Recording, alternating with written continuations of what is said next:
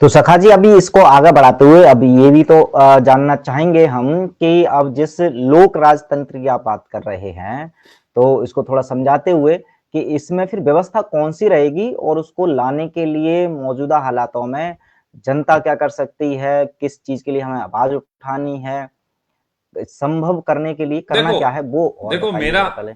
मैं आपको बताऊं कि पहली बात तो यह है कि अगर मैं पूरा पूरा ऐसा कहूं कि बदल दूंगा, सब कुछ बदल दूंगा, हम्म। तो ये एक ऐसी चीज हो जाएगी लोगों को समझ में नहीं आएगी। हम्म। मैं ये कह रहा हूं, यही इसी तरीके के घर होंगे, इसी तरीके की सड़कें होंगी, इसी तरीके के मोहल्ले हम्म। होंगे, बिजली के खंभे भी ऐसे ही होंगे, सब कुछ यही रहेगा। ओके। हम्म। लेकिन उसमें सिर्फ इतना करना है कि एक बार चुनावी प्रक्रिया में ऐसा गुजर के एक बार एक राजा नियुक्त होना है, और उसके बाद ये चुनावी प्रक्रिया बंद की जाएगी, ये बंद की जाएगी। उसके बाद उस राजा के चुनने के लिए चुनावी प्रक्रिया डिफरेंट तरीके की लागू की जाएगी, जो कि चुनावी प्रक्रिया कम होके आदमी के गुणों को एक तरीके से निर्माण करके और फिर उसको सत्ता में बैठाला जाए। क्योंकि देखो, एक व्यक्ति तो चाहिए होगा ना जहां से दिशा निर्देश आए, वो तो पक्का है। बस उसका ही ढंग बढ़िया है। अब मैं इसके लिए बहुत एग्जाम्पल की बात करता हूं, आप समझ सकते हो। जिनको नहीं मालूम वो लोग आज से अपने नेट का उपयोग, अपना डाटा खर्च करने का उपयोग उस दिशा में करें जिसमें मैं बता रहा हूं। देखो, महात्मा बुद्ध मरे। महात्मा बुद्ध की जब मृत्यु हुई, उससे पहले उन्होंने अपने बारे में कुछ, और जो आगे कैसे कौन लोग होंगे जो गद्दी संभालेंगे, उसके संबंध में कुछ उल्लेख किए। उस उल्लेख को समझते हुए बौद्ध परंपरा आज तक 2500 साल पहले महात्मा बुद्ध इस पृथ्वी से गए थे, 2500 सालों में लगभग ये समझ लो कि 100 साल में एक के हिसाब से भी मान लो, तो 25 तो दलाई लामा हो चुके, वैसे तो ज्यादा हो चुके, लेकिन 25 दलाई लामा हो चुके हैं। एक दलाई लामा भी फ्रॉड निकल गया हो, जबकि एक भी दलाई लामा फ्रॉड निकल गया हो, मुझे इसका उल्लेख बता दे कोई। वो अपनी पद्धतियों से आज जरा से भी भटक गए हो, वो बता दे कोई। और दूसरी बात, कोई कहे कि वो हैं कितने से, तो मैं बता देना चाहता हूं, बौद्धों की संख्या हिंदुओं की संख्या से ज्यादा है। इस दुनिया में बौद्धों की संख्या हिंदुओं की संख्या से ज्यादा है, और उनके लिए वो दलाई लामा भगवान है, राजा भी नहीं, भगवान। और उसकी ताकत किसी भी देश के प्रधानमंत्री से ज्यादा है।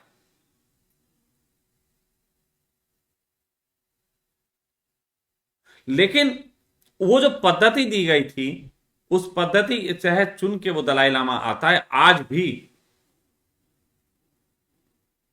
उस पद्धति पे ही दलाई लामास तैयार किए जाते हैं, और वो पद्धति कभी भी गलत सिद्ध नहीं हुई। तो हम अमेरिका जैसी जगह को एग्जाम्पल मान के अपनी दुनिया खराब कर रहे हैं। परिवर्तन की बात ही है, तो क्या हम दलाई लामा से सीख के उस तरीके की कोई पद्धति का निर्माण नहीं कर सकते? हम राजा के चुनाव की पद्धति वैसे नहीं ला सकते? दलाई लामा में कोई वोटिंग नहीं होती, दलाई लामा में कोई वोटिंग नहीं होती।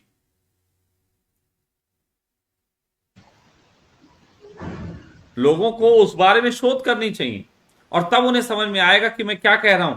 और मैं जो कह रहा हूं ना, वो हिंदुस्तान की प्राचीन संस्कृति है। वो जो चुनाव की प्रक्रिया है, वो प्राचीनतम चुनाव की प्रक्रिया है जो बुद्ध दे के गए थे। और हम अपने प्राचीनतम प्रक्रिया को भूल के ये नवीन प्रक्रिया में उलझे हुए। और फिर कह रहा हूं, नवीन प्रक्रिया भ्रष्ट सिद्ध हो चुकी है। दुनिया जी। के किसी भी देश का कोई भी प्रधानमंत्री आज तक ऐसा नहीं आया जिसके ऊपर एक आध इल्जाम ना लग गए हों। लोकतंत्र में कोई ईमानदारी की मांग ही नहीं है, और दलाई लामा की चुनाव प्रक्रिया में कोई खोट नहीं है। 2500 साल से एक व्यवस्था में खोट नहीं है, और ये तो अभी 100 साल भी नहीं हुए, खोट ही खोट है। हम्म। तो चिंतन क्यों नहीं होना चाहिए? क्या जरूरी है कि काका, नत्थू, टप्पू, पप्पू सब मिलके चुने किसी नेता को?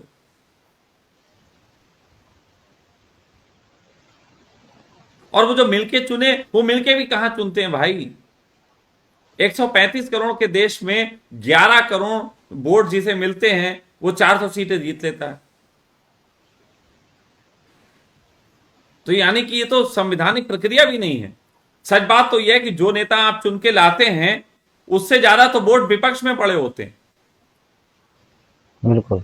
और ये कोई और जानता हो ना जानता हो, नेता तो जानता ही है कि हमारे खिलाफ ज्यादा वोट पड़े थे। तो उस शहर का वो कैसे भला करेगा जिस शहर में उसे पता हो कि हमें जिन्होंने वोट दिया उससे ज्यादा ना हमें नहीं दिया? उस शहर का वो भला करेगा? सोचो, तुम्हें पता लगे कि मोहल्ले में 5 आदमी तो तुम्हें बहुत मानते हैं लेकिन 500 गाली देते हैं, तो क्या तुम उस मोहल्ले की सड़कें हम्म। अच्छे करवाओगे? हाँ, बिल्कुल नहीं। 5 आदमी से पूछोगे भैया तुम बताओ, तुम्हें ठेके के दिलवा देते, तुम अपनी गली ठीक कर लो।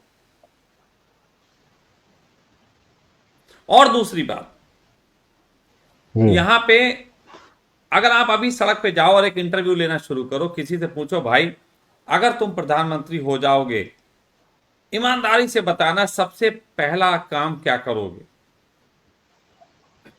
तो एक एक एक सामान्य से व्यक्ति की एक सीधी सी सामान्य सी बात होती है, हम अपनी गली ठीक करवाएंगे, अपने घर के बाहर की सड़क हम्म। ठीक करवाएंगे, अपने मोहल्ले की लाइट अच्छी करवाएंगे, अपने मोहल्ले में पानी की व्यवस्था, मतलब कुल मिला के वो मोहल्ले से आगे बढ़ नहीं पाता,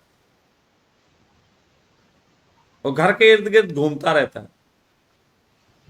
और देश है बहुत बड़ा, इस देश को जिसके हाथों में दिया जाए उसकी सोच बड़ी होनी चाहिए। सच बात तो यह है कि जो अभी जो अभी अपनी कास्ट से मुक्त नहीं हुआ, जो आदमी हम्म। अभी भी किसी कास्ट का तमगा लगा के घूमने में माहिर है, वो आदमी देश का हित सोच सकता है? मुझे समझ में नहीं आता।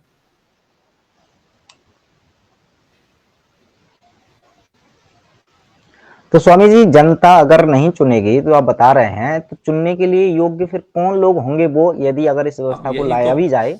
यही तो बात है। देखो सुनो, मेरी बात सुनो। ये जी। एक ऐसी चीज है कि जो बहुत लंबी सोच के साथ बात आती है। मैं एक छोटी सी बात चलो हम्म। कहता हूं। मैं कहता हूं हमने एक राजा चुन दिया, पहली बार चलो प्रक्रिया से ही चुना जाएगा, क्योंकि लोकतंत्र में भी हम्म। अगर हमें ये करना है तो लोकतंत्र के साथ लोक राजतंत्र तब आ सकता है जब जनता द्वारा एक ऐसा व्यक्ति चुना जाए जो पूरी सीटों पे काबिज हो, और उसके बाद वो फैसला ले कि अब चुनाव नहीं होंगे, अब हम्म। संसद बैठ के फैसला ले, चुनाव नहीं। तो पहली बात, जो व्यक्ति ये करेगा तो वो एक तो हो गया, एक तो राजा हो गया, कोई हो गया पता नहीं कौन है ठीक वो है। हो गया। जब वो हो हम्म। गया तो निश्चित ही इसके साथ साथ, जैसे मैंने पहले भी कहा था, कि एक ऐसा व्यक्ति जिसके पास इकोनॉमी की भी समझ हो, राजनीति की भी समझ हो, समाजशास्त्र की भी समझ हो, कूटनीति की भी समझ हो, युद्ध नीति की भी समझ हो, जितनी प्रकार की नीतियां होती हैं सबकी समझ हो। और अगर इसकी सबकी समझ की बात की जाए तो कोई भी व्यक्ति ऐसे आंखें बंद करके तो समझ लाता नहीं, वो समझ कोई ना कोई हम्म। व्यक्ति उसके जीवन में उसे देता है। तो बिल्कुल। धर्म का भी एक उसका गुरु होगा, राजनीति क्षेत्र का भी एक गुरु होगा, इस तरीके से कई क्षेत्रों के उसके गुरु होंगे, यानी कि एक इनर सर्कल टीम उसकी होगी। उसके बाद इनर सर्कल टीम के तहत ही ऐसा, जैसे मैंने जो बात कहूं कि बौद्ध के संबंध में, बौद्धों के चुनाव की एक जो प्रक्रिया होती है उसमें सबसे पहले देखा जाता है कि बुद्ध ने कहा था खास खास नक्षत्र बताते हैं कि ऐसे नक्षत्र हम्म। जब होंगे तो उन नक्षत्रों में जब बच्चा कोई पैदा होगा तो उसके अंदर बौद्ध होने, दलाई लामा होने के गुण पाए जाते हैं। ये हमारे भारतीय संविधान उसके तहत जो हमारा संस्कृति है, भारतीय संस्कृति, जिसमें ज्योतिष का बहुत अलग रोल है, उस ज्योतिष के तहत एक इंसान के कैरेक्टर का चुनाव करा जा सकता है पैदा होते ही। आज इसको अमेरिका में अगर कहें तो वो कहते हैं जीन कोड। एक एक बच्चे के जीन कोड को जी। पढ़ के अंदाजा लगाया जा सकता है कि ये बच्चा क्या बनेगा। इसी को हमारे यहाँ हम्म। ज्योतिष कहते थे। अब जीन कोड जिनको समझ में आ जाता है उन्हें ज्योतिष भी समझ में आना चाहिए। जब जीन कोड हो सकता है तो ज्योतिष कोड भी हो सकता है। समझो बात को। तो जीन कोड लोगों को समझ में आ जाता है, ज्योतिष कोड हो सकता है ना समझ में आता। तो मुझे जीन कोड भी समझ में आता है, ज्योतिष कोड भी समझ में आता है। मैं ये कह रहा हूं ज्योतिष के माध्यम से ऐसे नक्षत्रों का चुनाव हो सकता है कि उन नक्षत्रों में पैदा हुए बच्चे सत्ता के अधिकारी होंगे। सत्ता के अधिकारी कहा, शब्द ध्यान रखना, सत्ता जी। संभालेंगे नहीं कहा। क्योंकि संभालेंगे का मतलब होता है फिर कोई हमने एग्रीमेंट करना है। तो ऐसे बच्चे जो हम्म। पाए जाते हैं तो उनको, जैसे दलाई लामा अपने गोद ले लेते हैं। दलाई लामा हम्म। जब ऐसे बच्चे का पता लगता है तो उसको गोद ले लेते हैं। उसके बाद उनकी पूरी ट्रेनिंग होती। उस पूरी ट्रेनिंग के बाद जब अगर दलाई लामा की मृत्यु हो गई तो उन्हीं में से एक बच्चा दलाई लामा बन जाता है। उसको वो पहले का दलाई लामा ही चुन के चला जाता है। अब वो उसका अपना बच्चा तो होता नहीं। तो निश्चित ही कोई, अगर मैं अपनी संपत्ति किसी को देके जाऊंगा तो योग्य पात्र को देते के जाऊंगा। और अगर मैं जी। इस आधार पे दूं कि मेरा पुत्र है तो पुत्र लूला लंगड़ा शराबी कबाबी जो भी हो फिर तो उसे दे दूंगा। तो मेरा कोई पुत्र नहीं होना चाहिए और मुझे एक योग्य जी। चुनना पड़े। तो ऐसी कंडीशन में साइकोलॉजी के तहत भी एक आदमी अच्छे को चुन के देखा जाएगा। तो दलाई लामा के एक तरीके से देख रेख में ही वो बच्चे पालन पोषण पाते हैं जो कि फ्यूचर में दलाई लामा बनते हैं। और लेकिन घटना ऐसी भी घटी है कि अभी जो दलाई लामा है ये तब दलाई लामा बने थे जब ये 5 साल की उम्र थी इनकी। जी। यानी कि उस समय ऐसी भी स्थिति पड़ गई थी कि पहले से नहीं खोज पाए थे कि वो बच्चे कहाँ हैं। अचानक ही उनकी मृत्यु हो गई और उसी समय एक बालक की खोज की गई और उसको दलाई लामा बनाया गया। तो ऐसे में हम राजनीति के तहत बात करें तो राजनीति के तहत जो ऐसे नक्षत्र होते हैं बिल्कुल गहरे, उनमें जो भी बच्चे पैदा हों, वो लड़के हों लड़कियां हों, नीची जात के हो ऊंची जात के हो, कोई लेना देना नहीं है। उन बच्चों को उठाया जाए, किसी को ना बताया जाए कि वो बच्चे कौन थे। उन बच्चों का राजा के महल में ही, जो भी महल हो, महल भी जरूरी है क्योंकि महल में जब बच्चा पलता जी। है तो उसके अंदर वो गरिमा होती है जिस गरिमा के तहत वो एडमिनिस्ट्रेशन पे बात कर सकता है, एडमिनिस्ट्रेशन से उनको उनको आदेश दे सकता है। राजा कोई टुच्चे उच्चे व्यक्ति को बना दोगे वो टुच्चागिरी दिखाएगा जाके। तो कहने का मतलब ये उस बच्चे का पूरा पालन पोषण उसकी ही देखरेख में होना चाहिए। जैसे एक राजा खुद अपना राज्य भी चला रहा है। सपोज दैट अभी यूक्रेन की समस्या आ गई तो वो शाम को अपने जी। 2 घंटे उन्हीं बच्चों के बीच बैठेगा जाके, जो भी 10-20 बच्चे चुने हैं, और बच्चों को बताएगा आज यूक्रेन की समस्या आई थी तो इस पे ऐसे फोन आ गया था पुतिन का, तो पुतिन से मेरी ये बात हुई, बाइडेन से ये बात हुई। तो बच्चों के अंदर ये सब बहुत हल्की फुल्की बातें होंगी। साथ साथ वो ये भी बता सकता है कि वो आज जो है वो सचिवालय पे सखा जी बैठ गए थे और ऐसा ऐसा कर रहे थे, फिर उनको ऐसे उठा के फेंकवाया। तो मतलब वो भी बात करे। कहने का अर्थ ये है कि वो सत्ता कैसी संभाली जाती है, सत्ता में कैसी कैसी दिक्कत आती है, दिक्कत आते वक्त वो ये भी बताए कि कहां पे दिल में दर्द होता है। तो ऐसे में जो बच्चे पल के बड़े हो रहे होंगे, जो सत्ता से सीख रहे होंगे, उनको कुछ मिलेगा।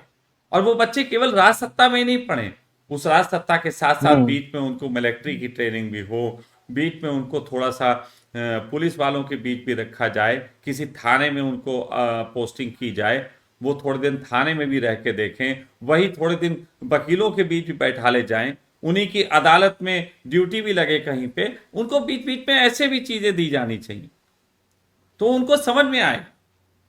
अगर मेरे जैसा आदमी जीवन जीते हुए और मल्टी डायमेंशनल हो जाता है, हर चीज की समझ रखता है, तो उसका कारण यह है कि मैंने बहुत सारे डायमेंशन देखे हैं। तो ऐसे में बिल्कुल। उस बच्चे को भी बहुत सारे डायमेंशन सिखाए जाएं और फिर जब राजा जाए तो वही एक चुनाव करके चला जाए कि ये बच्चा अच्छा है। इसमें इतना लंबा चौड़ा झंझट ही नहीं है। एक ही समय पर अगर ऐसे ही देखिए, आपने जहां तक मैं समझ पाया, ठीक है, आपने कहा कि दलाई लामा का उनका एक उदाहरण देकर के कि भारत में वो धर्मगुरु या ज्योतिष की सहायता से, उन लोगों की सहायता से चुन लिया जाएगा, बड़ा आसान होगा ये। लेकिन सुनने में ही मतलब अभी ये आसान लग नहीं रहा है, क्योंकि जिस योग्यता की आप बात कर रहे हैं, अगर एक ही समय पर समान योग्यता के बहुत मतलब एक से ज्यादा अगर पात्र हुए, तो वहां पर भी क्या ये राजनीति नहीं होगी कि नहीं कुछ लोग किसी नहीं एक को नहीं चुनेंगे, नहीं दूसरा दूसरे को चुनेंगे? नहीं नहीं। वो कैसे नहीं होगी? अब हम जी, मैं थोड़ा सा इस संबंध में बात बता देता हूँ। जैसे हिंदुस्तान जी। में आईएएस की परीक्षा होती है, आईएएस की परीक्षा हुँ, के लिए करोड़ों लोग जो हैं इसकी वो करते हैं तैयारी, चुने जाते हैं दो ठीक चार है। सौ। अब बाकी लोग हुँ, बिल्कुल एक तरीके से मतलब कहते हैं जिनका जो मेन में पहुंच के या फिर इंटरव्यू में पहुंच के फेल हो गए, उनको चपरासी की भी जॉब नहीं मिलती। ये अन्याय है, ये अन्याय बिल्कुल, है। अन्याय है। मेरा मानना है कि हुँ, कम से कम जो मेंस में या जाके या उसमें जाके जो इंटरव्यू में जाके फेल हुआ है, उसे कम से कम मैनेजर की योग्यता उसके अंदर आ जाती। ठीक है। बिल्कुल। उसी प्रकार हुँ, मेरा मानना है कि जब ये बच्चे होंगे, तो वो जो राजा एक चुना जाएगा, तो बाकी बच्चे कोई खाली बैठे वहां समोसे नहीं खाते रहेंगे। हुँ, एक एक बहुत लंबी और व्यवस्था होती है। शहरों में आईएएस के रूप में उनसे काम कराया जा सकता है, अलग अलग तरीके के मंत्रिमंडलों में उनको रखा जा सकता है, और उनके अंदर एक पारिवारिक सोच भी पैदा करना, वो मेरे जैसे लोगों का काम होगा। अध्यात्म जैसे मैं सच बताऊं, हमारे यहाँ आओ कभी, देखो आके। हमारे यहाँ ये 10 बच्चे रह रहे जी। हैं, निश्चित ही सबकी अलग हुँ, अलग योग्यता है, लेकिन कोई छोटा बड़ा मैंने नहीं बना रखा है, ना ही कोई छोटा बड़ा महसूस करता है। अगर कोई करने भी लग जाता है, तो ये मेरा फर्ज है कि मैं उसके अंदर से वो चीज दूर करूं। अगर कोई अहंकार में आ जाता है, तो अहंकार गिराना भी मेरा काम है। किसी की आत्मा मरने लगे तो उसको ऊंचा उठाना भी मेरा काम है। तो ऐसा नहीं कह रहा हूं, अगर एक वक्त में वहां 50 बच्चे चुन के आ गए और 50 में फिर राजनीति होगी कि हम जल्दी पहुंच जाएं, वो वाला व्यक्ति तो राजा का अच्छा है, तो हम उसकी हत्या कर दें। नहीं नहीं, असल में 50 लोग जो हैं वो अपने में इतने बिजी रहेंगे और चीजों में, कि उनको इस चीज के लिए समय नहीं मिलेगा। मैंने उनको बहुत सारे कलर में जीने के लिए भी तो बात कही, जरा उस पर भी तो सोच के देखो। वो केवल अहंकारी नहीं हो जाएंगे। जी। उनको उनको उनको अच्छे गुरुओं की संगत में, ऐसे लोगों की संगत में पाला जाएगा। जैसे मैं एक छोटी सी बात कहूं, मैं अपने में अपनी, क्यों देखो, एक धार्मिक और बात है। हमारे भारतवर्ष में इन चीजों का बड़ा जिक्र हुआ है। उन्होंने कहा सबसे पहला जो सुख है वो निरोगी काया। जी। ठीक है। तो ऐसे बहुत सारे सुख बताए गए, उसमें एक सुख ये बताया गया कि आपकी योग्यता के अनुसार ही आपकी आय का स्रोत जो आपको मिल जाए। यानी आप में जो आप योग्यता है उसी के अनुरूप आपको कार्य मिल जाए, ये भी एक सुख में आता है। तो जैसे हुँ, मैं हूं, मैं अपना जो जीवन जी रहा हूं, मैं यही मेरी योग्यता थी, मैं बहुत आनंदित हूं। आप मेरे सामने राजा की कुर्सी भी रखे, मैं इनकार कर दूंगा। मैं व्यक्तिगत रूप से वो हो चुका हूं। जी। तो अगर किसी व्यक्ति की आत्मिक रूप से ही वो तैयारी हमने की है, तो एक व्यक्ति बहुत सेटिस्फाई हो सकता है। जैसे हमारे परिवार में जो काम होना है वो काम होना है।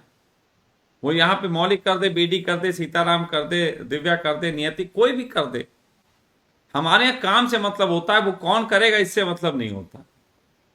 हुँ, कोई काम, मतलब मैंने यहाँ पे कम से कम बच्चे हमारे सब ऐसे हैं, आप बर्तन धोने से लेके, खाना बनाने से लेके, और यहाँ बैठ के प्रवचन देने तक का काम कोई भी कर सकता है। बताओ, कल से शुरू कर दूं? जी। मतलब वो ऐसे नहीं समझना कि सखा का काम ही है ये मुंह बजाना। अरे भाई, कोई भी बजा सकता है, हुँ, सबको सब समझ है ये बात। और देखो, कमाल की बात है, मैं ये कर रहा हूं तो इससे उन्हें कोई जलन भी नहीं। जी। तो यहाँ पे एक ऐसा परिवार है, उसी तरीके से उन लोगों की ट्रेनिंग भी ऐसे बहुत से माहौल में की जाएगी, जिसके तहत अगर वो राजा नहीं बन पाए, तो कोई सेनापति बनेगा, कोई और चीज बनेगा, क्योंकि उनमें कमांडिंग पावर है। तो उनको ऐसे कमांडिंग जॉब दिए जाएंगे कि ये बेहतर करना है आपको। मतलब मैं तो सच बताऊं, राजा को तो सिर्फ राजा के रूप में एक व्यक्ति जरूर है जहां से एक चीज जारी हो, लेकिन राजा का जो जॉब हो ना, वो सबसे सबसे कहना चाहिए ऐसा हो कि जिसमें उसे मजा ना आ रहा हो। जी। एक राजा से ज्यादा मजे जो है वो डीएम लेता है। बहुत कम लोग ये बात जानते हैं। हम्म। एक डीएम ज्यादा आनंद उठाता है एक पीएम की वजह से।